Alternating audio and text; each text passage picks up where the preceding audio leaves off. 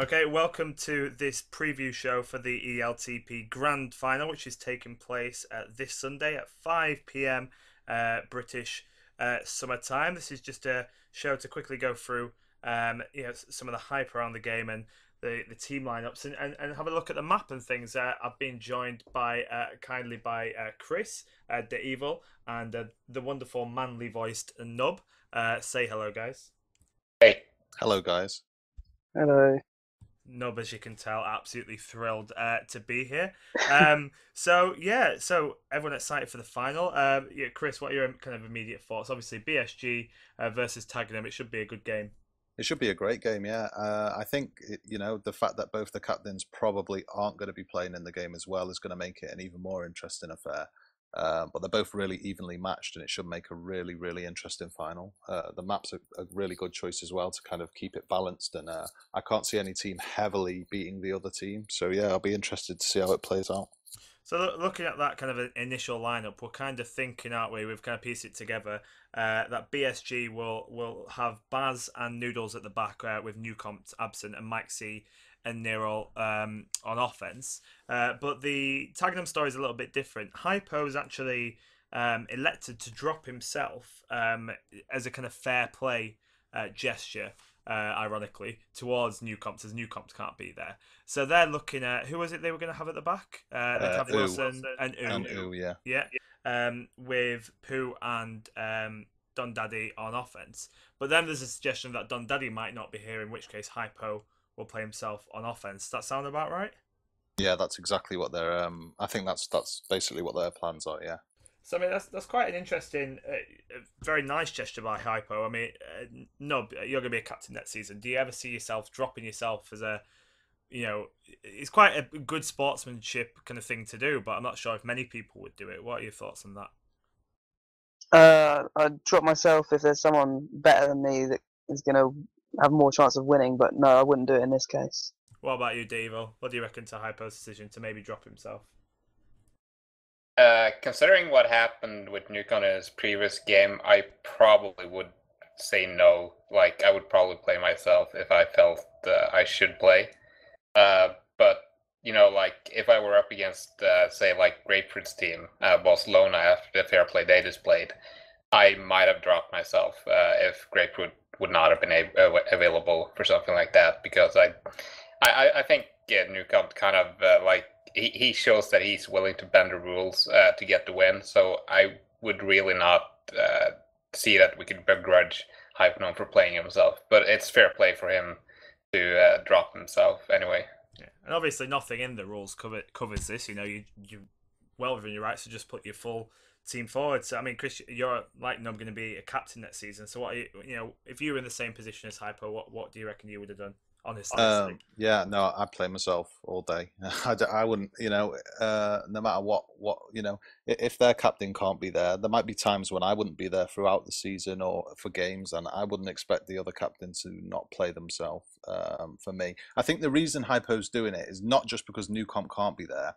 I think he's doing it because there were days before Newcomp went away that Newcomp could have been there, but Hypo wasn't going to be there. And there were other days that they were planning to do it that only Hypo would be there for and Newcomp wouldn't be there for. So they both decided the fairest thing to do would be neither of them to play. I don't think he's just not playing strictly because Newcomp's away, because Newcomp was available for some time before he went away, so they were considering the final then. But every day that they were considering it, Hypo couldn't make it, and vice versa. I mean, in that kind of situation, I don't know. Maybe I would do what Hypo's doing, but any other time, I don't think I'd. Like Nub said, unless there's somebody who could play better or do better than me and win me the game, then I wouldn't do it. And it might not matter as it stands anyway. If Don Daddy is not here, then Hypo will be putting himself in anyway, which seems like a fair move anyway. So it should be a really good final, really good map for it as well. One of the most popular maps, Geo Koala. And Devo, do you want to kind of? I mean, people do know this map well, but we might have some newer players watching. So do you want to start taking us through this map a little bit? Yeah, sure. All right. Dew Koala is a really kind of basic and well-defined map where you have very well-defined bases like top left and top right. It obviously changes like that. And top right here. There's really not a lot of places where you can escape. You have this area where you can escape, and you also have this area where you can escape. Both are very narrow, so by themselves, it's really easy for defense to keep that covered. However, you have a lot of different elements that kind of complicates that a little bit. You have a gate, the top gate here, which is definitely favored for defense. But if you get an offender to stay on the button and keep it, like if they have a tag pro, you won't get them off the button, and that will mean that somebody will be able to escape through the top route, and nobody will be able to follow. And the top route is very short, and the defenders will be forced to go through the entire map coming up here to reach them. They could alternatively take a route that takes us a little bit less time, but demands a little bit more skill through the middle there. And since this is the final of the ELTP, I think we'll mainly be seeing people following through the middle here because it is faster if you can manage it, if a little bit more risky. Aside from that, we also have a few complicating factors in base, with especially 2 bombs and 1 power-up. The power-up is really important. Like, if you can get the power-up on offense and you get a tag pro there, that can be devastating and really give you at least 1 cap if you have good organized offense there, even against a very good defense. In addition to that, you have the 2 bombs that we talked about. You have several bomb paths that you can take. You can take the top bomb straight out of base. You can also take it straight through the tunnel, a little bit more high skill shot to get that because it's a much narrower path. But if you get it, it's a really effective way to get through, and defense may not have enough time to get to the button. And you also have the side bomb, which can send you straight through the middle, or you can take it to the bottom. The straight through the middle is straight in the path of the flag, which means you can take the bomb, get the flag, and get through the middle. So let me just reset a lot of the stuff here so we can have more. As you reset that, you're obviously an attacking player. How important is kind of like teamwork on this map when attacking? Yeah, in general, you don't really want to grab without a bomb or a power up unless your partner is really good at blocking. So normally, when me and Flick played, we literally didn't grab unless we had a power up or a bomb. You basically have to time both bombs and then be waiting for them the whole time. And if there's only one of you in base, even then you just want to sort of wait for the other one to get there. What about in the situation where you by yourself, but the bombs spawn and they're not going to spawn for another 30 seconds? Would you and the defenders are going to take them out? Would you go for it then, or would you kind of bide your time, or does that depend on the situation of the game? Well, you don't want to. I don't know, because sometimes you don't want to die and then leave them. Say your partner has just died as well. You don't want to die straight away. Let them get a grab away and be ahead of all 4. So it's risky, but normally I would just go for it and try and make my way along the shaft across the top and then wait in the middle. He just fucking slipped it in. Slipped it in, did he? He slipped the shaft in. Right. Anyway, Devo, back to you. So in terms of we covered a lot of the basics and the bases. What we will expect to see with that in mind is defensive positioning and offensive positioning. Like, we will usually see, like, if the bombs are respawning and an attacker looks like he's going to be able to get to, especially the side bomb, we can really expect to see one defender either blocking this path here or going straight for the button and just keeping it in case he bombs straight through with the flag and into the top there. But what complicates the situation is that usually these 2 bombs spawn at the same time. And if you have a second attacker there, you can have the first attacker grab the flag, go through to the tunnel, and be killed either by hitting in a defender or by a button play. And immediately after, you can get the second attacker, get the bomb, get the flag, and get out of the way bottom. And if you have defense on the button, that means you're going to be ahead of 2, and you may still have 2 to beat. So in terms of offensive defense, usually what we'll expect to see, if there's no power-up in play especially, we're going to see one attacker position himself in this area, and we're going to see another position himself a little more along the wall. That covers pretty much every boost route you can take to the flag. And it means that if the defense is communicating, it just means that instead of taking the boost, the flag carrier will come in around the boost and try to walk it in and juke in and get the blocks from his partners.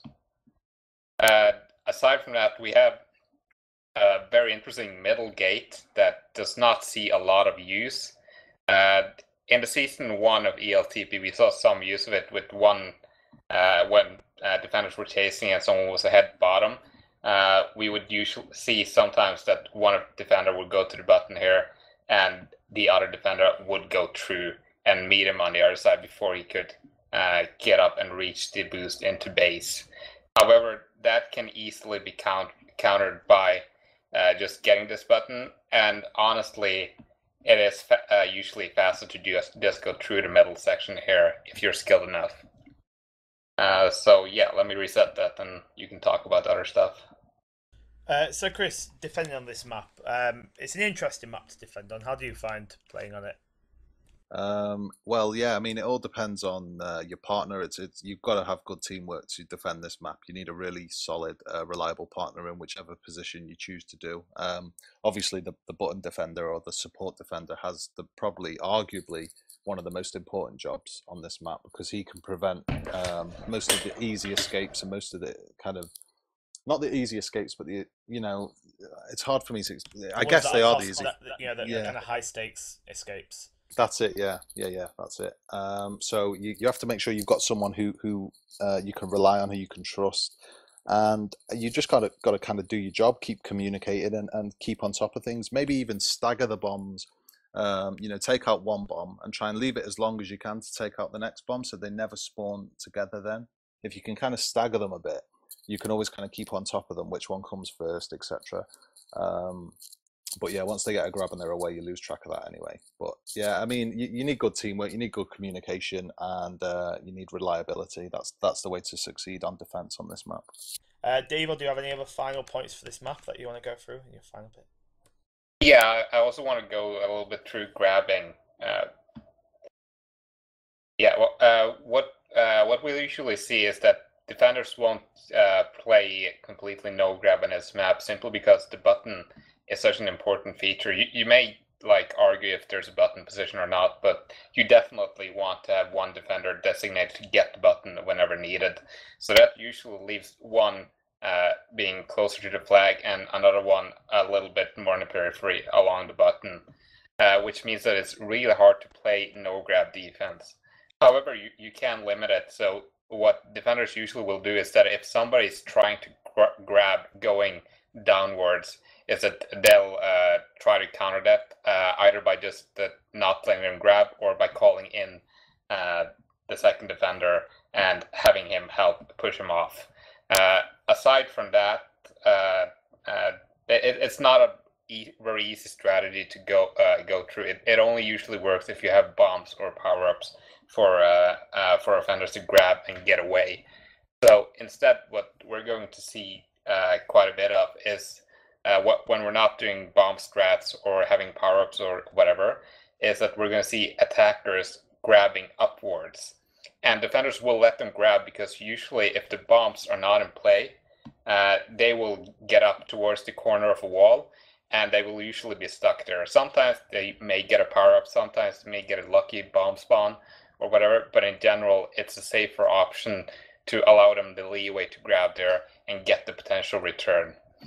And that also carries with it its own risks, because what you may end up with is that the attacker gets loose. You're both wary of the regrab, and you don't want to return him unsafely, but you don't want to let him get away.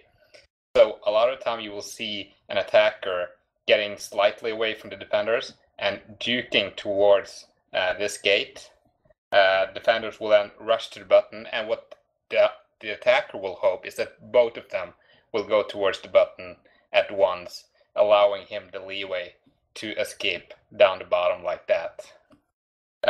If you have well-defined roles in defense, usually that will not happen, but sometimes the confusion can really cause that to happen. So one of my predictions for the final is that we'll see a lot of dukes towards the gate, and sometimes it will be successfully in getting the defenders to go towards the button.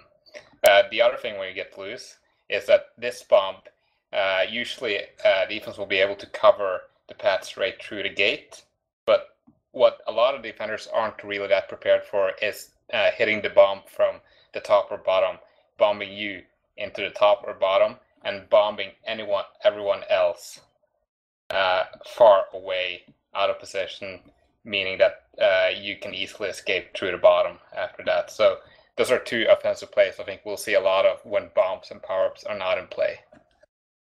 That is a great diagram. Thank you for taking us through the map there, The Evil. We're going to be back very shortly for the second half of this preview show, looking at the important battles between the players that will be happening on Sunday. And just in the meantime, we'll show you a little promotional video to get you hyped up for the final.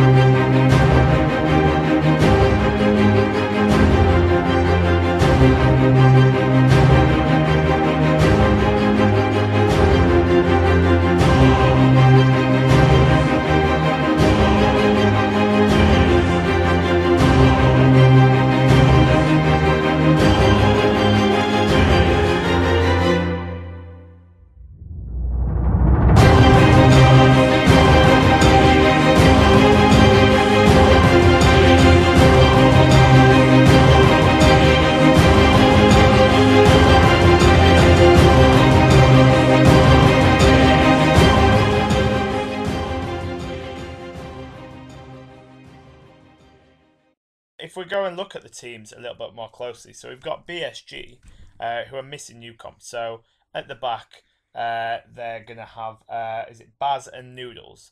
And so Baz and Noodles are going to come up against, let's presume, Don Daddy and Pooh. I mean, Nob, how do you see that battle going?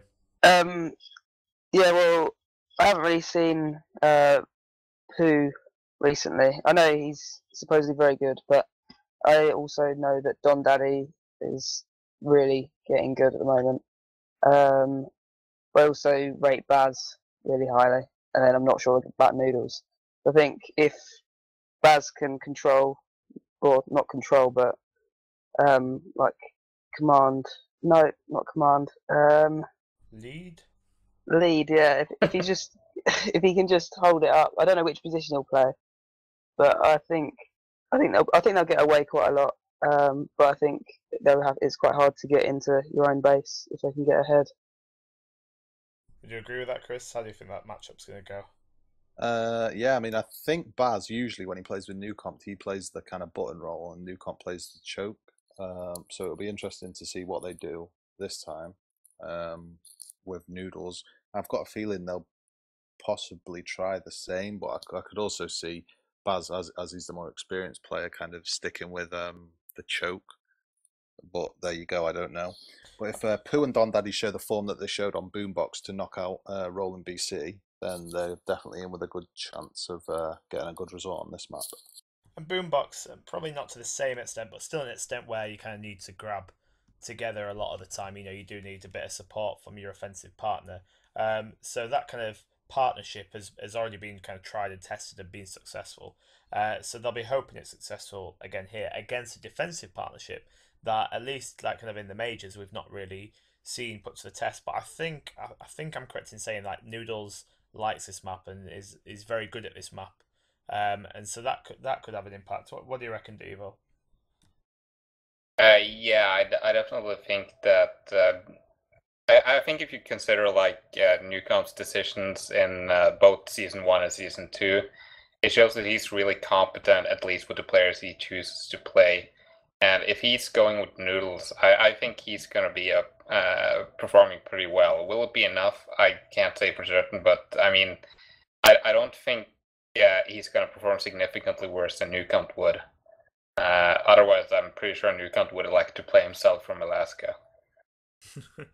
And kind of flipping over to the other side. So we're expecting that there will be, who will it be? It'll be Wilson and U at the back, and they'll be battling against Mike C. Nero. So again, the defensive partnership not maybe being the first choice all season for both teams. Although Wilson and U will have played together a bit more, as Hypo's obviously chosen to play himself in offense a few times this season. So they might hold up a little bit better, but Mike C and Nero have been playing together for the whole season, really, haven't they? So, Chris, how do you kind of see that battle going? Well, that's where it's going to be won and lost. Wilson and U, in my opinion, are as a pair stronger on paper anyway than Baz and Noodles. Like Baz, everyone knows Baz has got ridiculous quality, but I feel like U is severely underrated as a defender. He's a great all-rounder and he's a really, really competent defender. And even though they got him as a free agent, I think he's really impressed the people he's played with so far, and I really do rate him highly. And Wilson, we all know Wilson's really, really good as well.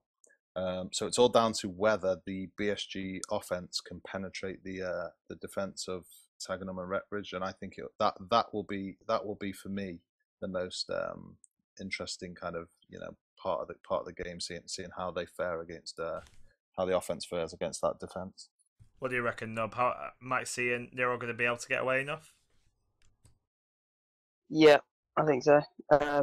Just I find if you use the bombs and the power ups, it isn't that hard to get away. And occasionally, if you grab, you can just juke your way out, which I think they're both capable of. So I would say both teams will have a good few attempts where they will get out of base, but it's still hard to actually get the cap from that if the defenders are good, which they are. So it'll be a good game. Dave, how do you see that BSG offense against that Tagenham defense battle going? I think Nero and Mixie is a very tried combination, and they're doing well. I mean, Mixie has really been leading charts this season for Paris Saint-Germain, and I don't think he's going to stop against Dagenham and Wreckbridge. I also think Nero is a player who probably has the mentality to step up when it really counts. But I think also the same thing could be said especially for Pooh and even Hypernome on offense if he chooses to play himself with Don Daddy, isn't there? Don Daddy also is a player who's really shown himself to be good this season. So both offenses are really solid, and both defenses are solid as well, even though both of them will be lacking their captain. But I think also what will be interesting to see is what happens to the team that, midway through when things aren't really going their way. Will Newcount maybe play Dusty on offense if things aren't working out, or will Hypno switch himself in on offense, or maybe even Nip or Quattros? Or will they change defense up a bit? I know Newcount has shown himself, especially in last season's final, to just throw out a wild card with Baba playing the final for Paris Saint-Germain, and I could definitely see something like that happening again this year. And what do we think about? I mean, out, on the tiles or whatever you call it. When you're in that challenge, just the four of you. Communication, the team spirit, being able to bounce back, stay calm under pressure. All these are very important qualities. It's not just the raw skill. And with both teams possibly lacking their captains in the channel, both teams have got a captain for next season in the form of Mike C for BSG and Wilson for Tagadam. How much of an influence, Chris, do you think they'll have to have, and who are going to be the big players in kind of keeping the teams calm and focused with communication? I think it'll be, yeah. I mean, I think Mike C will be leading the line, and he will probably, him and Nerol will be working on it, and that their chemistry is already really good anyway. But I think he'll have an influence on the team. Now, another interesting thing about Mike C is he's really good at defense. So if they do choose to bring in Dusty, would they potentially you know, if Noodles doesn't necessarily have the best game, he could actually drop to defense with Baz, and they could play Dusty on offense with Nirol. That's just something to think about. But yeah, Baz and Mike C will both be the experienced players, kind of keeping it calm and keeping things kind of focused for BSG. And Wilson and I imagine Pooh will be using their experience for, you know, to kind of do the same jobs for the opponents. So yeah, I mean it's all down to the experience, and I think that they're all very experienced. I think Wilson's a kind of type of guy who will definitely you know, stay kind of composed and strong with U, and I think they'll have good chemistry on D, and he'll keep things tight at the back. I think Baz will do the same with Noodles. And yeah, I mean, it's going to be a really good game. They're really evenly matched. I mean, with or without Hypernome and Newcomp, both teams are very, very evenly matched. And we look at the, you know, the players that are playing. I think I'm right in saying that Baz will have played in last year's final. Is that right, Devo? Do you remember, was Baz with Newcomps for last year's final on defense? I think so. I'm not 100% certain, but I think both he and Trisky have played in the final. Yeah, yeah. Well, he was definitely part of BSG last season, wasn't he? I'm right in saying that. Yeah, Yeah. Bass was a part of BSG. He played on Dio Koala when they beat Roland BC.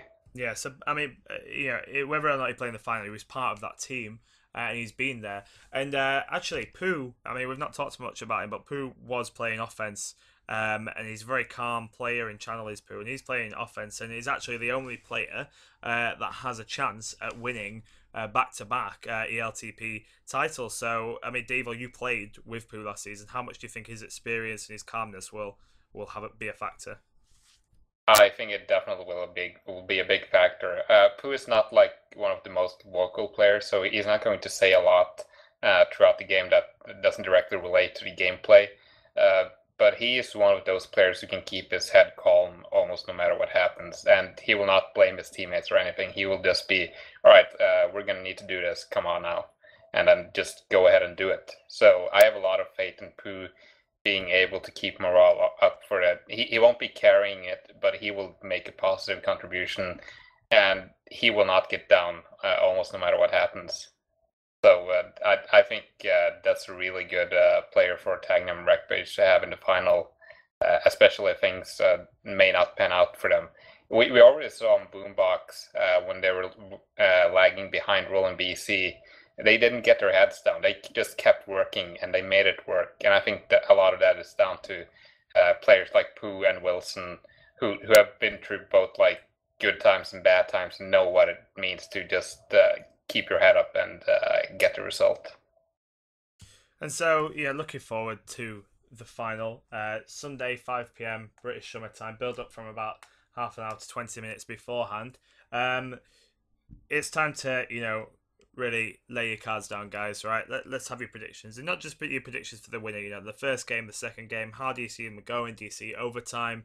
You know, what is one team going to dominate? You know, I know it's a very difficult thing to predict. Both teams very tight, but you know, let's see what you're thinking. We'll start with you, Devil. Give the other two a bit of chance to think, especially Nub. We'll come to you last, Nub. Don't panic. So Thank you. You know, if you're really gonna nail your flag to the mast, Devil, call this game for us. I would say the first game probably will go to Bully Saint-Germain. I think Mike Nero will just be too strong in the beginning, and it will take Wilson and U quite a bit of time to just get used to that attacking combination. But like I already mentioned, I think Tagnum and Wreckbird is a team that works really well even when they're behind. And I imagine they're going to be at least tying the second game, if not winning it. And if I had to put my cards down, I would say overtime, and I would say Pooh would get the winning cap. So that's it from the Evo saying that BSG to take the first game, tagging them to probably take the second, with Pooh getting the winning cap in overtime for tagging them to be the season 2 champions. We'll come to you, Chris. What are your predictions? Yeah, it's a ridiculously hard game to call, but I think it's going to be. I actually think the first game will be a tie. I think there'll be a kind of, you know, in the last minute. I think someone will cap, and there won't be any more caps after that. I think there could be a tie in the first game. The second game, I don't know. I mean, I fancy a second tie, and I fancy it going to overtime, and I think someone will win it in overtime. But I just Well, someone can't. has to win it in overtime. Well, yeah, obviously, but I just can't pick. I just cannot pick someone to have the advantage over the other team. I just can't do it. So I'm not going to do it, and I think they'll tie both games. I do. No. Call a winner. Call a winner. Two If I, ties. Who wins it if in I had to go with my overtime? heart, okay, I'll tell you who I think will have the edge on the day. I think it'll be Tagging. I think they will win it in overtime. That's the second call for Tagging them to win it in overtime. We're certainly hoping for overtime at the moment. Nub, is it 3 wins for Tagging them in overtime, or do you think differently? I'm gonna bet on each half, so I look like a profit when all of my scores come right. So I'm gonna say 2-0 Tagging first half, first game. 3-1 Tagging second half, first game. So that'd be Tagging them winning the first game. Yeah. 1-0 first half, second game, and then I'm gonna say this is big. This one, right? 4-1 Tagging. So you're predicting Tagging them to take it, but just within the normal time. Yeah. So there we go. So our 3 experts all predicting Tagging them victories, but 2 of them predicting it being very close and going to overtime, with Nub thinking that Tagging them will confidently take it. So we will see on Sunday whether Mike C, Nero, Baz and Noodles can prove their doubters wrong and take the playoffs title after BSG lost it in the final last season, or will Tagging them live up to the expectations of our experts and take home the trophy. We'll find out on Sunday. We'll also have the awards results and also the co-captain draft picks. That will all be revealed at half time, so make sure you join us for that show. We'll be having a bit of build up and discussion before the game. In the meantime, you can vote on the name for what will be our recap show, and also our kind of like talking panel show after the recap show for next season. Some interesting suggestions in the chat, but there's going to be a straw poll that'll be posted, so just look around the subreddit and vote on that if you will. But otherwise, we look forward to seeing you on Sunday. Remember, 5 p.m. British summertime. Thanks very much to Chris De Evil and Nub for joining me, and we will see you on Sunday.